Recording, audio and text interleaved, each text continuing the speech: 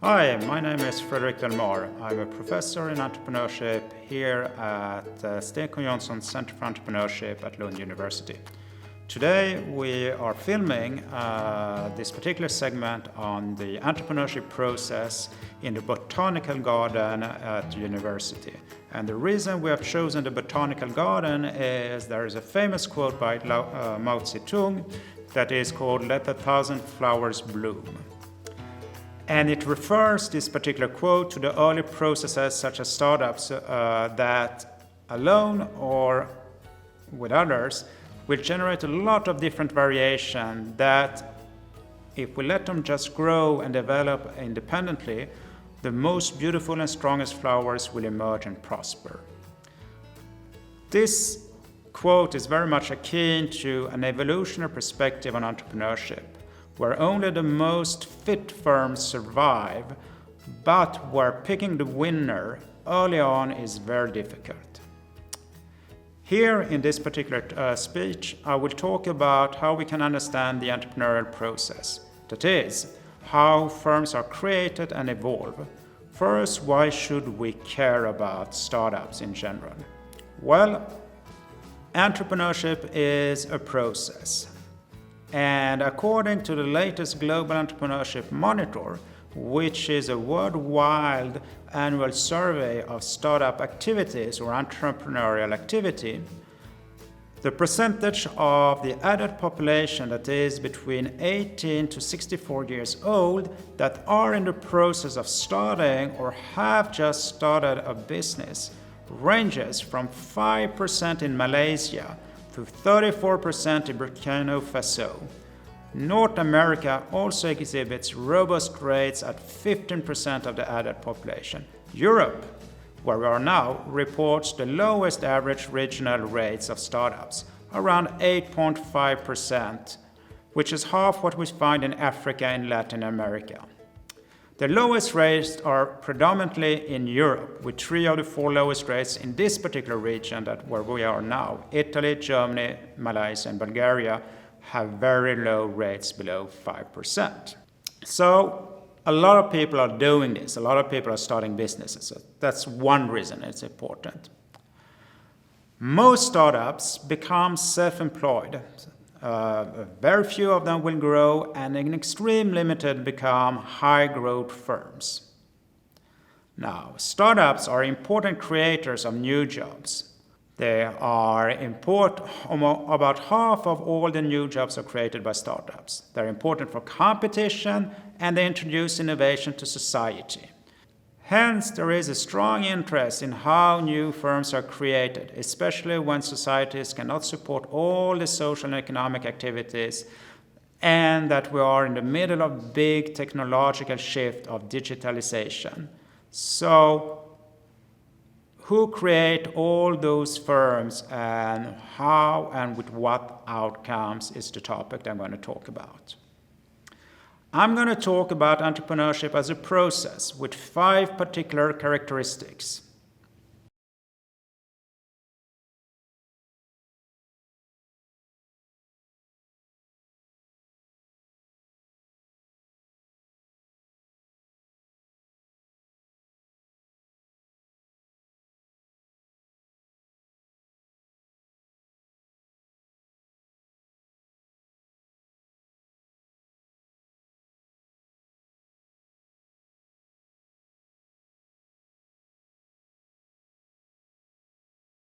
We argue that entrepreneurship process is different from many other social processes and economic processes. And this means that researchers face different challenges. The 5 reasons that make entrepreneurship different are the following. Many different people enter into entrepreneurship. Their engagement and disengagement changes with times. The context of the startup has a strong influence on the process itself and the outcomes. The entrepreneur, the opportunity, and the action are one. And finally, So few make it big, many fails, and most stay small. And I'm going to discuss all 5 of them separately. All those 5 characteristics have important consequences for how we understand entrepreneurship. To start, talking about so many different entrepreneurs that we can observe. First, new ventures are started and developed by all kinds of people that you can imagine. These people come from all parts of society. They choose to enter into entrepreneurship for various reasons and have various abilities as well as different goals and aspirations. They undertake entrepreneurship either full-time or part-time, sometimes combining self-employment with other sources of income or traditional employment. They may enter by accident or by purpose. For example, we know that individuals through their passions discover new functions, want to share them with other people, and accidentally move into entrepreneurship to discover the potential economic value of their efforts. At the same time, there are lifestyle or leisure entrepreneurs who choose self-employment to achieve an independent and different lifestyle than the one that they have being employed. We have visionary entrepreneurs who choose entrepreneurship or self-employment for a chance to change the world. Some entrepreneurs are people who only want to create an income for themselves, while others have bigger ambitions to build sustainable firms as well as the willingness to persevere over a long period of time to make it into success.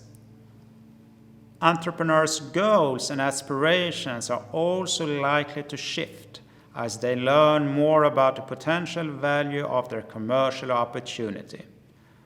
Second, entrepreneurs engaged and disengaged. The entrepreneurship process and the entrepreneur ventures are highly dynamic. To start, new ventures lack most of the certainty and stability enjoyed by many established firms. New ventures lack certainty at the start because they are trying to find both the right goals and the relevant outcomes and to set up strategies to reach them. New venture also lacks stability, have low levels of formality and few standards and routines, beginning to evolve in a turbulent and ambitious environment. If a new venture survives, they eventually achieve more certainty and stability, establishing business procedures, higher levels of formality, and more standards and routines. New ventures are organizations in which the founding members experiment with different resources and combinations, often with substantial risk to find a product or a service acceptable to the market. Members of new organizations often struggle with alternative configurations. They make big mistakes and hopefully they will learn from them and create better offers that customers want, thereby enabling the venture to survive and prosper. Thus, new ventures are turbulent environments with a lot of excitement and possibilities, but also a limited lifespan. Individuals' engagement and disengagement with a new venture are also dynamics, and they are prompted to opt in or opt out of entrepreneurship for a number of reasons. For example, studying online communities, we know how the reduction in demand uncertainty increased the willingness for individuals to become entrepreneurs.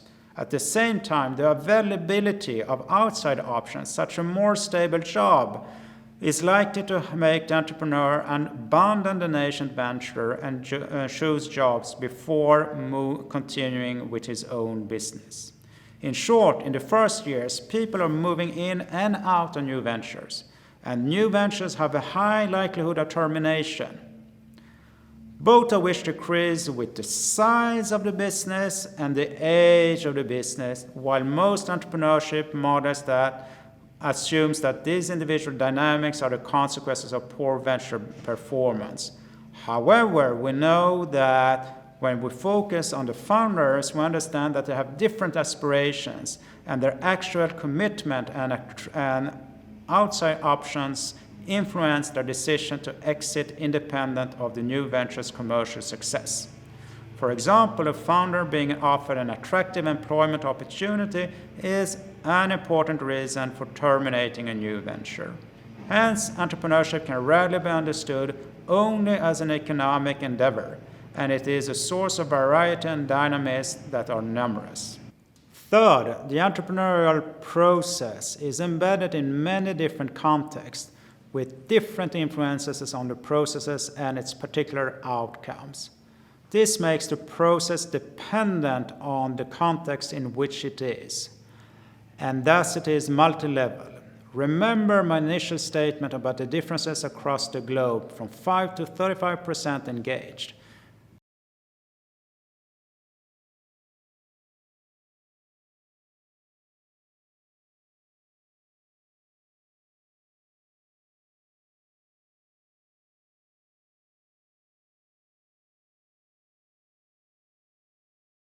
Time is time spent in the process and is a proxy for many different effects like aging, experience, learning, maturity. A young venture differs somewhat from an older venture in how it will behave. History.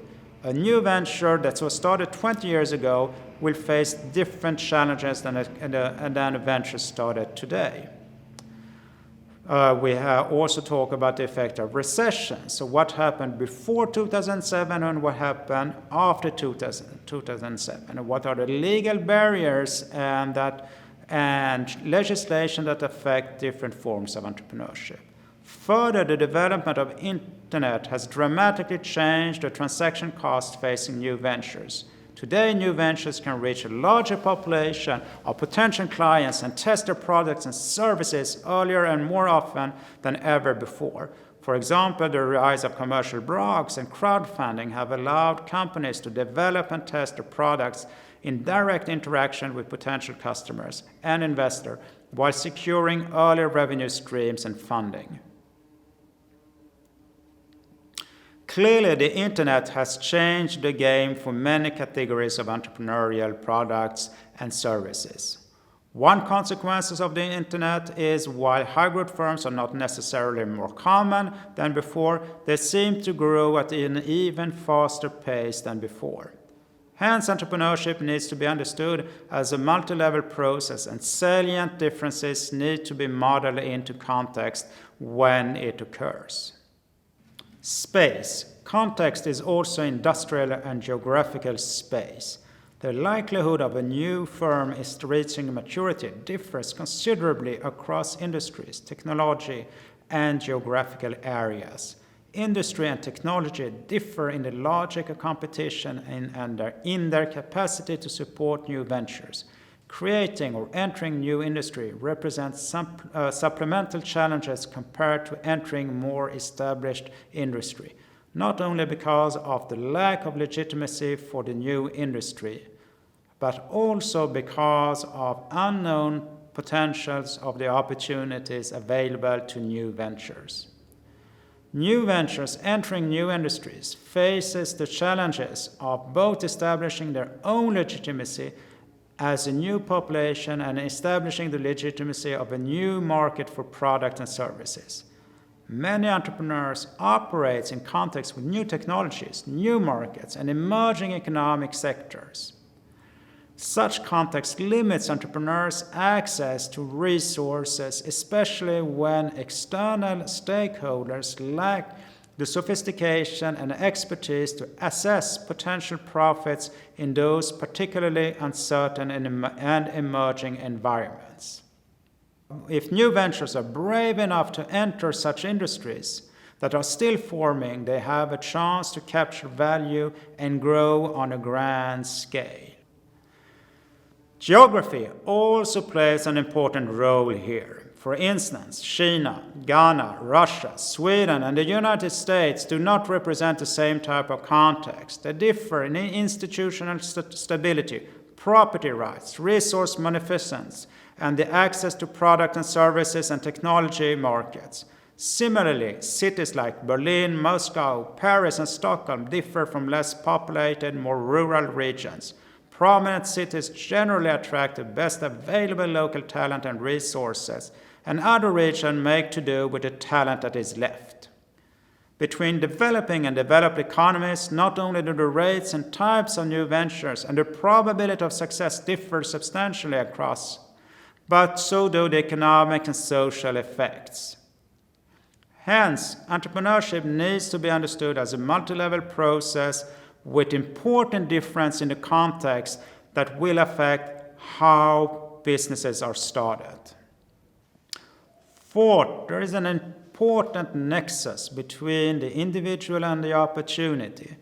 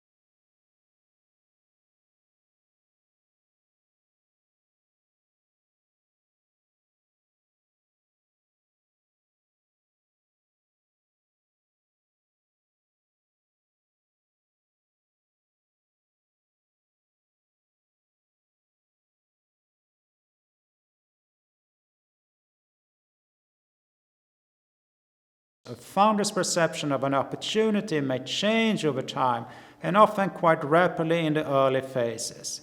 In addition, founders come and go from ventures. They are likely to leave or be replaced as new demands arise. In turn, venture capabilities changes with the coming and going of founders, as codified and tacit knowledge is gained and lost.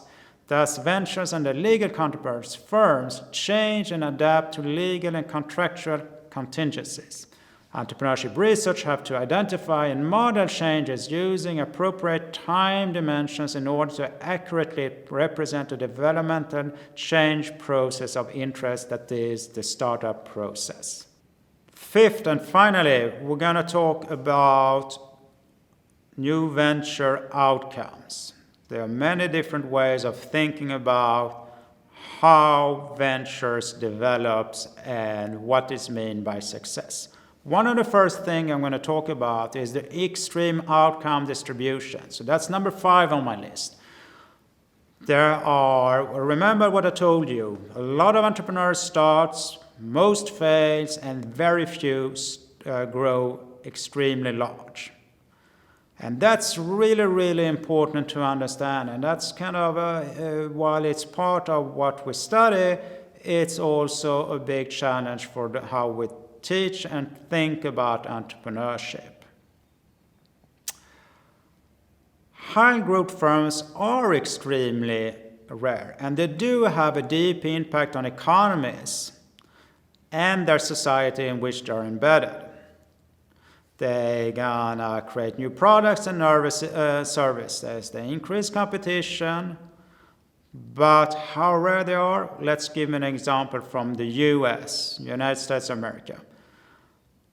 There's about 1,000 firms in the US that have more than 10,000 employees. That in order to create those 1,000 firms, 66 million firms were created. In Sweden, we're looking at similar statistics. We can say about startups that 30% terminates in the first year. And after 8 years, out of about 14,000 firms, the 4 biggest firms have about 35% of the employees and 30% of the sales for that whole population. So this is really an indication that very few actually make it, but most of them that stay will survive and become either very small micro firms or self-employed firms, but very few succeed. So what do we mean by success, and how does that differ across particular population and industry is really, really important here. So we have been talking about those 5 different characteristics, but now we can also think about what are the specific outcomes that we need to think about when we talk about entrepreneurship as a process, when we talk about startups. We can divide them on outcomes that are specific to understand how a particular startup develops in terms of milestone, how a particular founder develops and prosper in that particular venture, what are the financial indicators, and also what are the societal indicators of a successful entrepreneurship process. So when we talk about milestones, that is, how do we measure that venture progress when we talk about specific steps that we can observe and that are important to say that a firm is actually growing and developing. Those activities are the most definitive and objective indication of progress, and those are the ones that, for example, business angel or venture capitalists will be looking at. An entrepreneur can decide to initiate all of them or some of them depending on what kind of startups they are starting. So they need to know whether they need to engage in that specific activity or not, and when to engage in that specific activity and in what order. But they don't need to engage in everything. So not all entrepreneurs need external funding. Therefore, just understanding a new venture by looking at those activities can lead to a very biased picture of who is starting a business.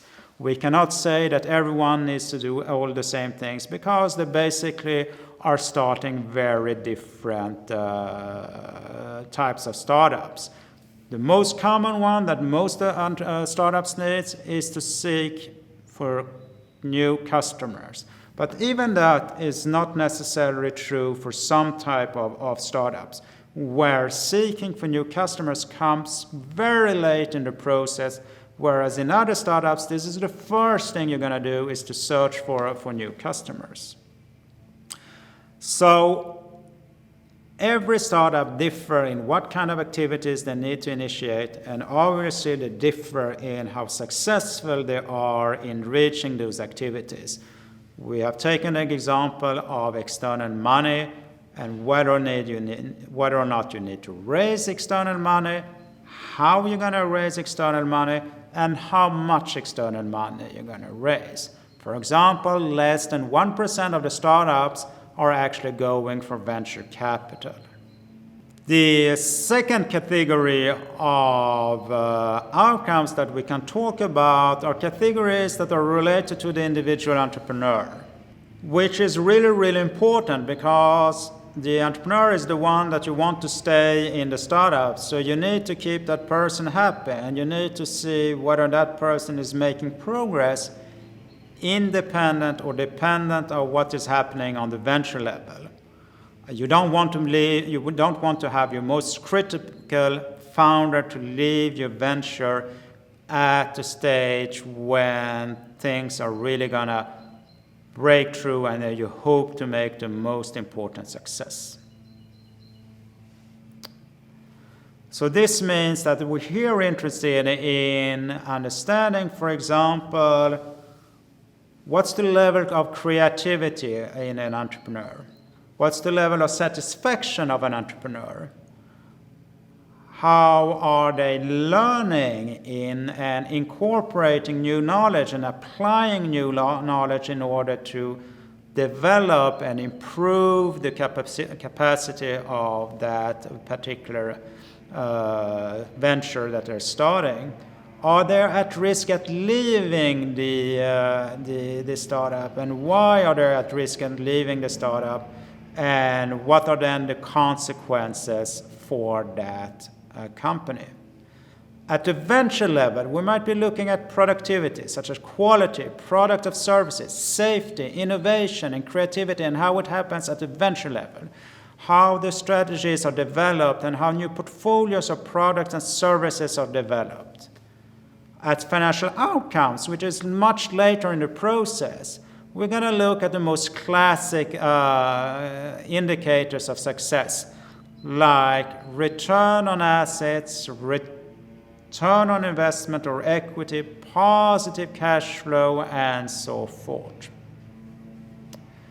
For the individual, we're going to look at, do they derive a satisfactory income? Are they getting richer? Do they have wealth in doing that?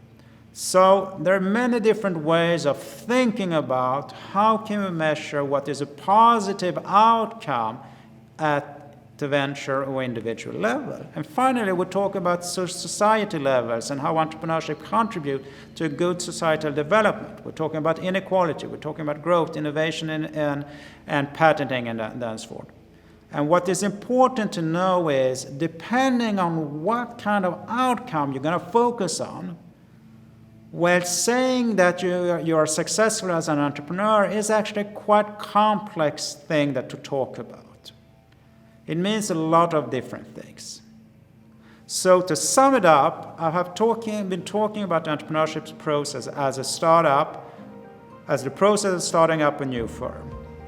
I've told you that a lot of people around the globe is engaged in that activity, and for that reason it is important. We're also saying that economically speaking, those startups create a lot of jobs, they intensify competition, they introduce new innovations. And this is done in a context with rapid technological change and a lot of political support. So we need to talk about this, we need to do research. And I've then talked about 5 different dimensions that are important to understand why studying entrepreneurship as a process is quite complex. First of all, many different people enter into entrepreneurship. 2, they enter and leave for many different reasons. The context in which they start is very important.